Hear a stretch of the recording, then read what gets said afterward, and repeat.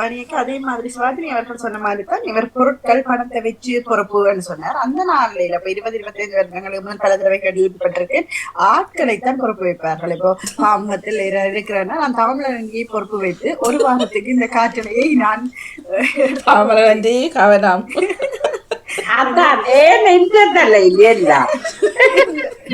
இல்ல அப்ப ஒரு நம்பிக்கைதான். ஒரு மிக முக்கியமான ஒரு ஆளை பொறுப்பு வச்சுட்டு அவங்கள்ட்ட இருந்து ஒரு கிழமை எடுத்து அதை நடத்துறோம். அது மாதிரிதான் பொறுப்பு வைக்கிறவர்கள் அதிகமாக இருந்தவர்கள். உதாரணத்துக்கு சொன்னேன். மிக முக்கியமானவரா இருக்க வேண்டும். அதிகம் வந்து வாழ்த்துறவரா இருக்கணும், தட்டி கொடுக்கிறவரா இருக்கணும், வயதுல மூத்தவரா இருக்கணும், அந்த நாளையில இருந்து அன்றில இருந்து இன்று வரை இணைந்தவரா இருக்கிறவர் தானே நான் இதுல வைக்கலாம். அதுக்காக இந்த உதாரணத்துக்கா அந்த காலங்கள்ல அப்படித்தான் மணிக்கா பொறுப்புக்கு நிக்கவே போகாத புள்ள என்னுடைய அம்மா கூட வச்சிருக்கிறார். சொல்லுவார்கள் அவரை கூட்டி கொண்டு போய் தான் வாங்குவார்கள்.